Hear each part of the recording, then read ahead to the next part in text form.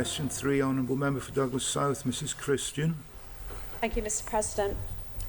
I'd like to ask the Chief Minister what the Government's policy is for government workers working from home and whether all workers will be recalled back to their offices.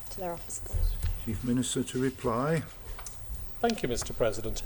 The Isle of Man Government is committed to supporting employees to work from home where practical, and the Cabinet Office has issued guidelines for departments, boards and offices in relation to home working, which are available on the Office of Human Resources website.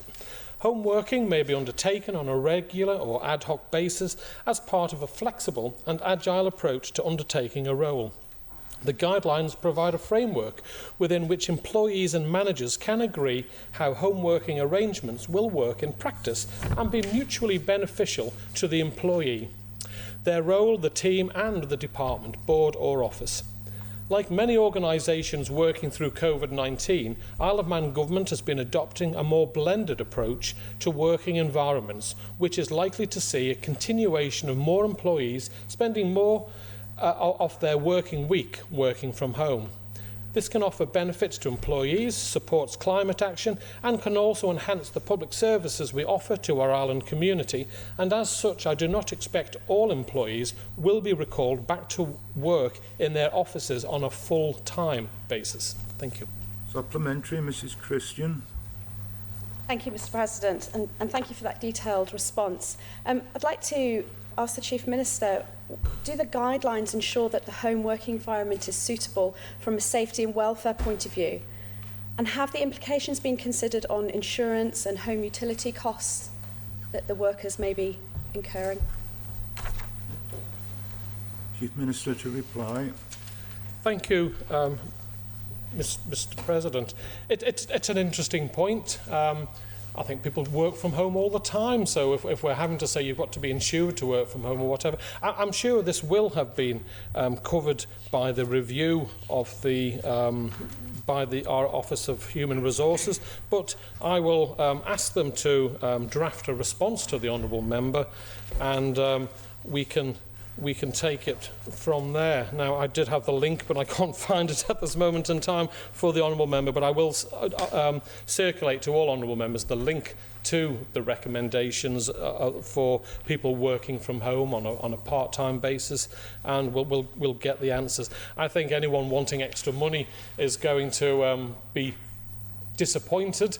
I think you hear about this in the United Kingdom, but the savings of having to travel to work, I'm sure, more than outweigh, and the convenience of working from home more than outweigh any costs of being in your home. But I'm more than happy to share as much information as we have on this and share the link. Thank you. Honourable Member Miss Edge. Thank you, Mr President.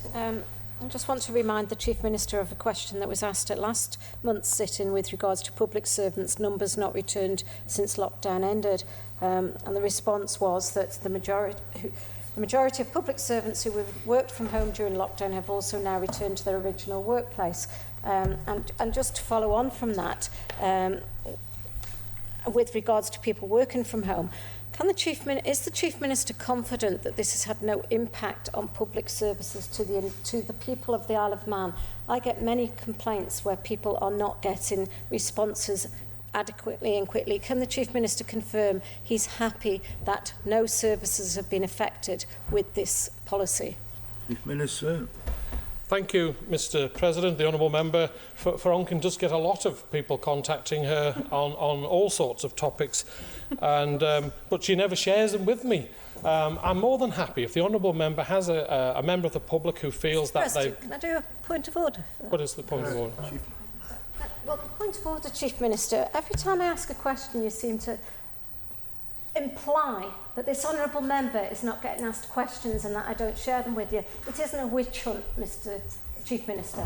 Is that a point of order, Mr President? It's not a point of order. It's an expression of indignation as to what you were saying. Please carry on.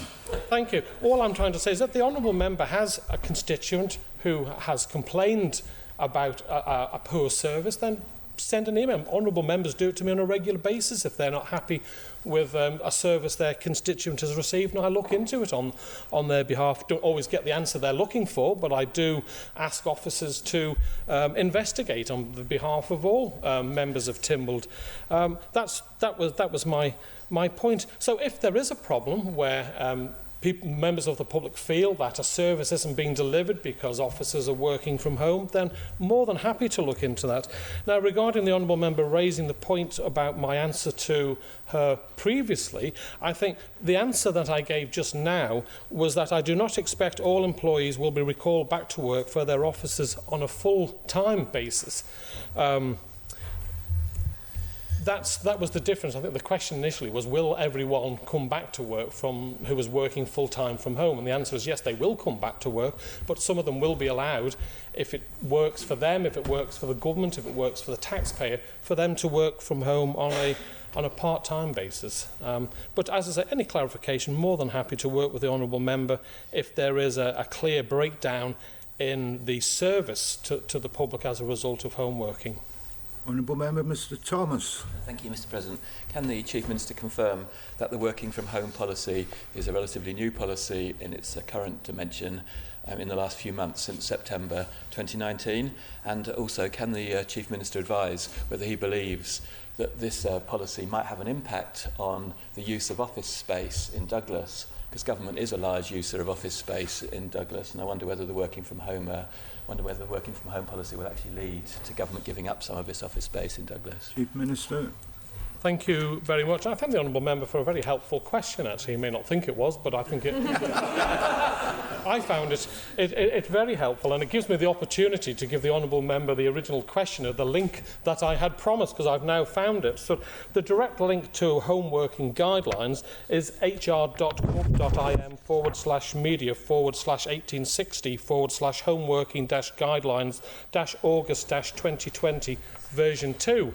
I'm sure you'll remember that, and I think that's why I'll send you all a letter about it. But yes, I know I had the honour of opening a private sector office a couple of years ago in my constituency, funnily enough, where they had a few hundred employees, and they were working on the hot desking system, Mr President, where people were working from home, sharing a desk with others who were working from home at different times, and that reduced the amount of space that they needed in their office and the amount of travel, therefore cutting down traffic on the roads, which I'm sure Mr Shimon will agree with me in our constituency. Any reductions in travel going through Middle has got to be a massive tick. So yes, I would expect government, as we go forward, it's early days, we've only just published this data 2-3 months ago, or this home working guidelines, that after 12 months we review the situation and say, well, where in government do we have offices that we can do more hot desking and reduce the size? I know there are a number of departments who are